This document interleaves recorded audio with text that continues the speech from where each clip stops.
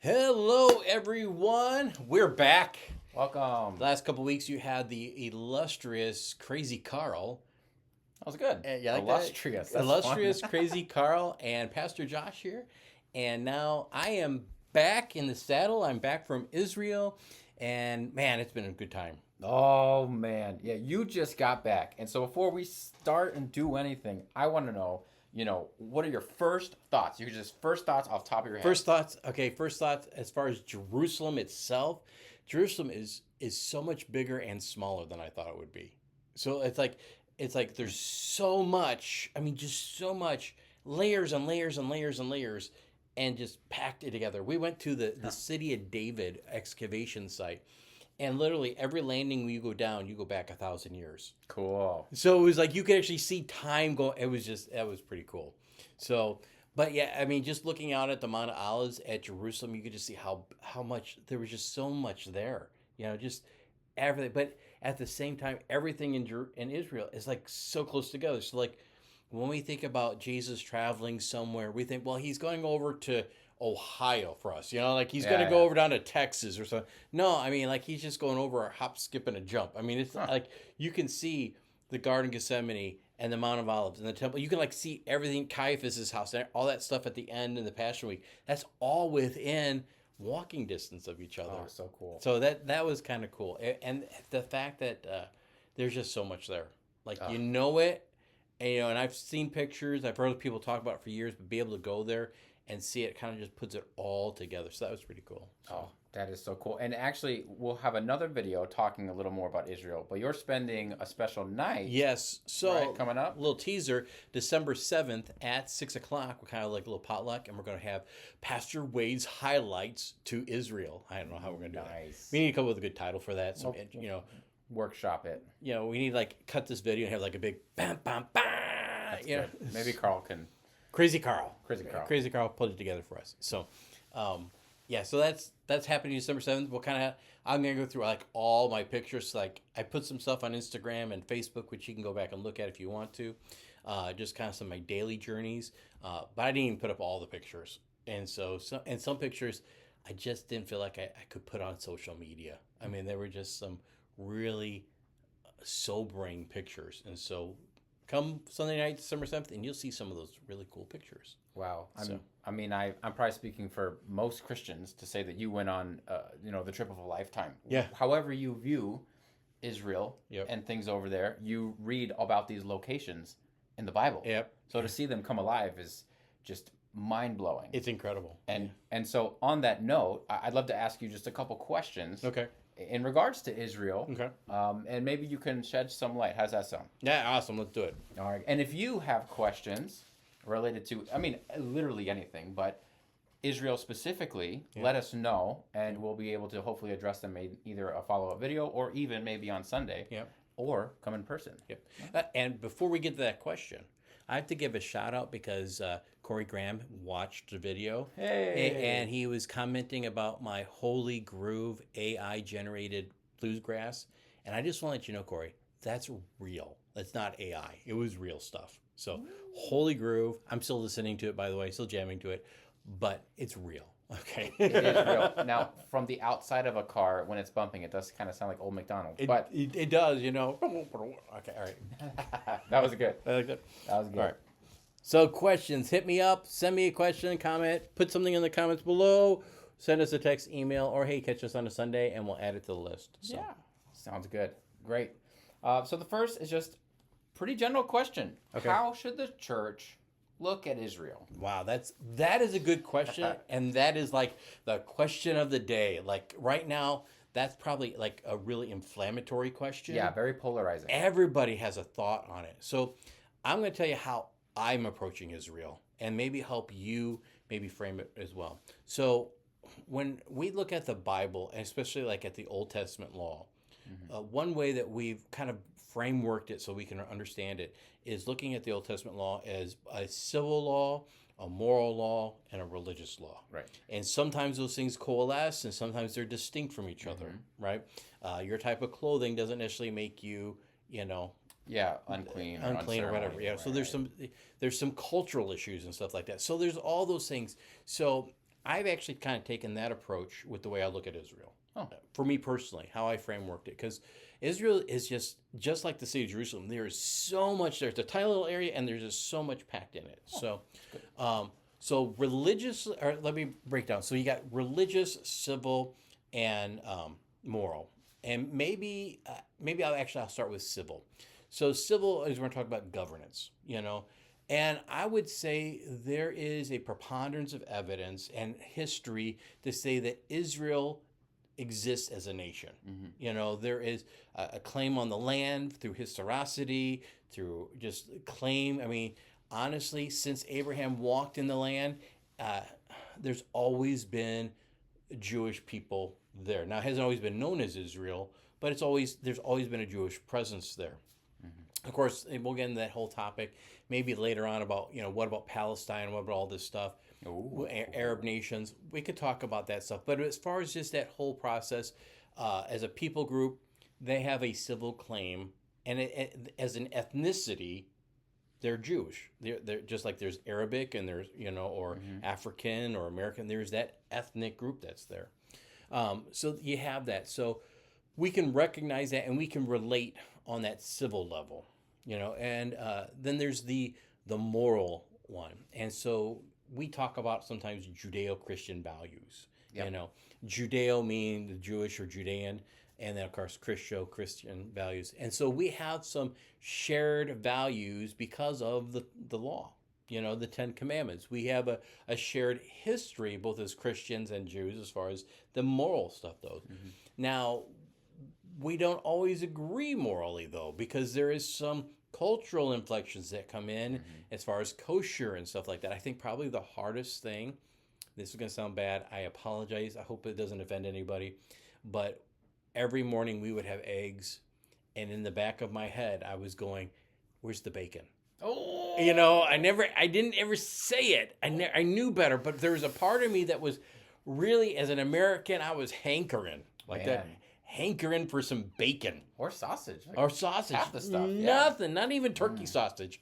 I was hoping for that. Or meat with cheese on it, right? Yeah, well, they had tons of cheese. Oh. But not beef and cheese. Oh. So morally, there's some things that we differ on, like what's right, what's wrong, what's kosher, what's not kosher. I mean, this is kind of like cultural practices. But even on some things as far as, the way we interact with one another on different, really polarizing issues in our world today. There's some things that we morally don't agree on, and yet there's some things we do agree on. And then there's the religious side, and that's kind of like the big area because religion is such a part of the Jewish culture that it's an identifier. And so you have these different levels when you go over. You have everything from non-observing to observing, practicing Jews, to Orthodox Jews, to ultra-Orthodox Jews. And they got some game, let me tell you. They got drip. I mean, they got the, like, you could tell. I mean, I'm going to show my ignorance here, but this Did you buy some to wear? Man, there was a part of me that really wanted to, because they had like the hats. You go from the black, nice. you go from the kifa or the yarmulke on the top of the head to the black brim, short brim hat, to you go to the big wide brim hat like a stovepipe, and then you got the guys. I think it's called a rosaka, which is this big furry helmet that goes around their head. It looks like a giant furry ding dong. Hostess ding dong. I mean, it was just, it's like a pocky puck, but it's huge on their head, and it was furry, and I'm like, I wish I could wear one of those. That was kind of cool. Isn't it hot in Jerusalem? It is warm, but they're adjusted to that. I was not. I was hot. So all that to say, so there's different stratas even in their religious structures, kind of like here in America. You got your mainline, and you've got your charismatics, and you've got your Orthodox, and we got this whole spectrum within Christianity. They've got their own spectrum within it. But we obviously have some differences when it comes to our approach to worship with God and stuff like that. So there is some religious distinctions there. So I think, first of all, as an individual, how can I relate to Israel? I got to recognize them as a people. I got to recognize that they have their own culture and they have their own religious practices. And some things I agree with and some things I don't agree with. And so, and it's okay. Because there's some things in the South I don't agree with, like, say, boiled peanuts. Do you like boiled peanuts? I don't dislike boiled peanuts. I mean, I'm not like opposed to them, but at the same time, I would not go out of my way to eat boiled peanuts. You know, crawdads, crayfish. I'm not. Yeah, see, I'm not into like snapping the heads and yeah. Oh yeah. Nah. So there's even some stuff in America I don't even agree with. Practices. That's a good analogy. So just you got to kind of be a little bit understanding. So now the biggest question is like, all right, kind of what you're getting to is like, so how does the church now moving from the individual to an organization, how do we as a church get along with Israel as a religious entity? Maybe that's a bigger question, And so this has been really divisive in the in religious circles, and so there is no definitive step. So what I'm going to just tell you, there's pretty much 5 main approaches. So five approaches. Nice. Do you like that? To the way how theologians and Christian practices relate to Israel, and not all of them are good. Okay, some of them are bad. Which we'll get to at the end, a little teaser. So starting from the probably more common held one to later on, the most common perception is what's called replacement theology. Oh, I've heard of that. Or secession theology.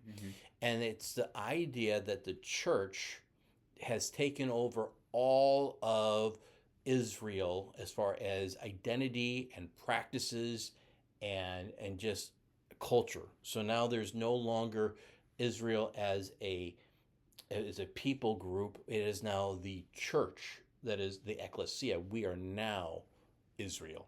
And so you'll see this appropriation of all the Old Testament promises that were for Israel, and they're given now to the church instead. And the problem with that is that there's some heavy editing you have to do, some heavy reappropriation of promises, and really a dissection at times. Now, I'll say here, is there some things that we see in the Old Testament that are shadow and types of things revealed in the New Testament as a Christian believer? Yes. But there's some thoughts that you have to go through. Like, here's a really interesting thought. Acts 1:5. So in Acts chapter 1, they have encountered Jesus. In fact, if you don't mind, let me pull up my Bible here and I'll read it to you straight from the Word of God. Come on. The sword of the Spirit. Actually, I'll correct myself. It's actually 1:6. But in Acts 1:6, the disciples, they've seen Jesus in the Gospel of Luke, because Acts is a follow-up to Luke. They've encountered Jesus. They've seen the risen Lord. They've had the Holy Spirit breathed upon them. We're going to know in a few minutes that Jesus is going to say, but wait for my Father, for the gift my Father's promised. But they are, sometimes we forget this, the disciples are Jewish. I mean, all the disciples are Jewish. Yeah. There's not a Gentile apostle at this point. Okay? They're Jewish. Now, will there be Gentile apostles? Later on. But at this point, it's just, so that's the frame of mind.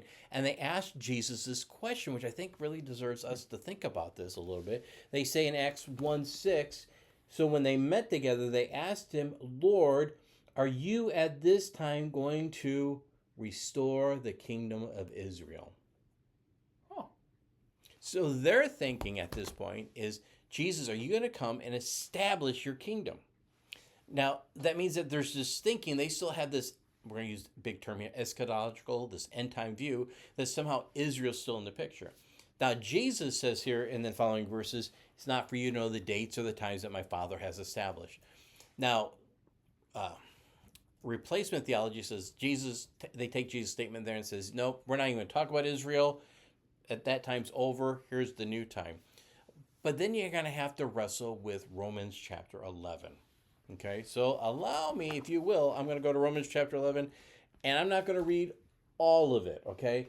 But there is a point where you need to look at this and at least begin to wrestle with this. So Paul asks this. He says in Romans 11:1, I ask then, did God reject his people? By no means! Exclamation point. I am an Israelite myself, a descendant of Abraham, from the tribe of Benjamin. God did not reject his people whom he foreknew. Don't you know what the scripture says in the passage about Elijah, that how he appealed to God against Israel? Lord, they have killed your prophets and torn down your altars, and I'm the only one left, and they're trying to kill me. And what was God's answer for him? I have reserved for myself 7,000 who have not bowed the knee to Baal. So too, at the present time, there is a remnant chosen by grace. Kind of a key phrase there. And if by grace, it's no longer by works. If it were by grace, it would no longer. If it were by works, it would no longer be grace. Mm-hmm. So it continues on, which I'm going to just kind of paraphrase for the sake of time here. Israel was a wild olive branch. It got cut off for now. We as Gentiles, as the nations, have been grafted in. We have received that promise, but the tree itself was still a native, we'll say Israelite olive branch, you know? And so Paul's admonition is, don't think so highly of yourself, because God can easily take you off and put the original branch back on, and it'll adhere a lot faster. So what does that mean for us? It means that there's still this unfolding that we don't know for Israel. Like, here's the thing. We don't know how the end times work because we haven't got there yet. Right? So, deep thought, really wrap it up. Replacement theology says Israel's gone, out with the old, in with the new, only Gentiles, or only the New Testament church, and everything else has to go. All right? Some people don't settle with that. So, another view of how the church identifies with Israel is what's called a dual covenant theology. And dual covenant theology is where, as you and I as Gentiles, we have our covenant with Jesus, the Messiah, and as Jews, they have their covenant with Yahweh and the Messiah when he comes again, Jesus or whoever that's going to be. But both covenants can save you. And so that's where I'm going to say, Can I do? I should have like a little button that makes that sound. As a Christian, there's only one means to salvation, and that's through Jesus Christ. Amen. Right. So I'm going to say that right now, in case anyone's asking, Pastor, I got questions. Let me just go back there. There is no other name by which men must be saved, and that's Jesus. Ooh, come on. Hands down. And by the way, Jesus was Jewish. He was Jewish. Contrary to some heretical stuff that's out there that he wasn't. No. Mary was Jewish, raised up in a Jewish home. Yes, he was Jewish. Anyway, it's funny that we had to talk about these things. But so dual covenant theology says there's two paths to heaven, which we know ain't good. So we kind of bypass that one. The next three kind of blend together, and I'll start with the one that I'm least in favor of. I'll put it that way. And it's what's called a commonwealth theology. Commonwealth theology kind of says, well, then if it's not two covenants, it's just like we're all blended into one covenant, and we're all going to take on the same identity. You know, like we're all going to become this amalgamation of Christian Jew, kind of a national Jew. So we're going to, and that's where you get some of like the really, I don't want to dismiss it too much, but there's some messianic Christianity that goes way out of bounds. Okay, so I'm not talking about some of the normal stuff. I'm talking about like way out there. And they misappropriate some stuff. Once again, that's a big word I'm using. But it comes like a blended. So this commonwealth, this blending of it. And so there's not a lot of distinction because we just all kind of come together. There's some questions there, but it kind of blends into the other two, which is going to be a dispensational or covenantal approach, which, if you remember our previous discussions, we're in that category again as far as biblical interpretation. So we're talking about how God moves through his covenants, his dispensations, but there's this redemptive arc. So now we're going to say, well, how do I do it? So for me, I'm in this redemptive mindset that God has been moving all throughout creative history or creation history to reveal himself to us. And he's been revealed himself to the Israelite nation, and it's all to come to Jesus Christ. Now, at some point, I am believing that there's going to be a softening of the Israeli hearts, and that they're going to come to a realization of who the Messiah really is. Because once again, there's no other name by which men must be saved according to our Christian faith. Right. So we're still in that boat. So as Israelites, we want them to come in, and we want them to receive Jesus like any other nation, like any other people. We want them of every tribe, tongue, color, and background to come to Jesus Christ. So, but we believe that we don't disregard the Jewish ancestry, the Jewish roots of Christianity, because it does have Jewish roots. See, that's where replacement theology Right. kind of like says that we're done with that. We don't talk about that anymore. No, there are some Jewish roots. But here's the thing. As Paul was talking already in the Bible, we don't practice the Jewish Old Testament, I'll put it this way, Old Testament Levitical customs because they don't save us. Jesus saves us. Right. Now, are there lessons there? Yes, Galatians talks about how this is a school teacher. The Old Testament was a great way for us to learn the things of God. Right. There's still types and shadows. There's still lessons for us to learn from those things, but they are culminated and fulfilled through Jesus Christ. So that's kind of the big thing. So how do we approach it now? Now here's the thing. This is the bad part. So this kind of get to the end here, and maybe we'll do a part 2. You know, a couple weeks. Absolutely. We'll follow up with some of this stuff. One of the things that probably shocked me the most in my interactions with Israelites and Jews is how they viewed the Protestant church. So I was asked at one point, do you know why Israelites like Catholics better than they like Protestants? Right? I thought it would be the other way around because Protestants were pretty cool, right? You would think so. Right? You know? Yeah. And it's like, well, is it because they have all the ritual practices the Catholics do, and or Orthodox do? But no, unfortunately, it's a little bit more sinister as far as why. And a lot of it comes down to one person, and we're going to call him the father of Protestantism, Martin Luther. Marty. So a lot of people don't believe this, and I'll be honest with you, I was with you. I didn't believe this when I was told. And so I'm having a conversation, and someone told me, an elder scholar, I'll call it that, says, have you ever read Martin Luther's The Jews and Their Lies? And I'm like, no, I have not. And so So here's the thing. I actually went on the internet that night, and I got on the ChatGPT. Actually, first I went to Safari and typed in my browser and said, Martin Luther, The Jews and Their Lies, and I got flagged. It says, you cannot see this because it's hate speech. I'm like, all right. So then I went to ChatGPT because surely AI would do that. ChatGPT came back and says, we cannot show you this because it is considered hate speech. I'm like, well, that's crazy. So I have Logos Bible Software, and I have the works of Martin Luther. So I went there. And so I looked up, and yes, I do have it. It was kind of hard to get to be honest with you, because it's locked and buried away in there. And what happens is that Martin Luther has this phrase, and this is why it's significant for us as believers today. He put it in there, and it's not just one time. He says it several times in this treatise, is the fact that, are you trying to look it up? Yeah. He's trying to look it up. He says in there, if the Jew will not convert, then burn down their synagogue and cover the ground with pitch and hellfire and drive them from your towns.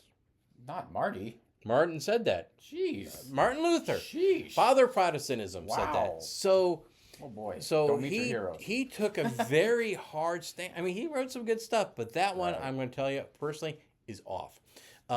So Martin Luther says this very, we'll call it anti-Semitic, terroristic phrasing of, burning down synagogues is not a good thing. Hopefully we don't get flagged on, YouTube for saying this. But anyway, hopefully not. Hopefully we don't get flagged for this. But anyway, you need to know. That is what he said. And so there's this thought that, hey, and I can't tell you who says this because we will get flagged, but there's a gentleman that gets involved, and he has this world empire based out of Germany. You know where I'm going with this. And he takes the writings of Luther and says, let's move towards the final solution, which is the eradication of Israel. And so what's sad at this point, and look this up, search it out. I'm challenging you. I was challenged. I looked it up, so you should do it too, right? The church, the pastors, the Protestant pastors in Germany sided with this person with the bad mustache. And used Martin Luther's teachings as a guide as far as why the Jews should be eliminated. So now there's this whole dilemma that as the Christian church, we have a pretty bad stigma when it comes to Israel. And it's something that is so ingrained, it's like seared or branded into their culture.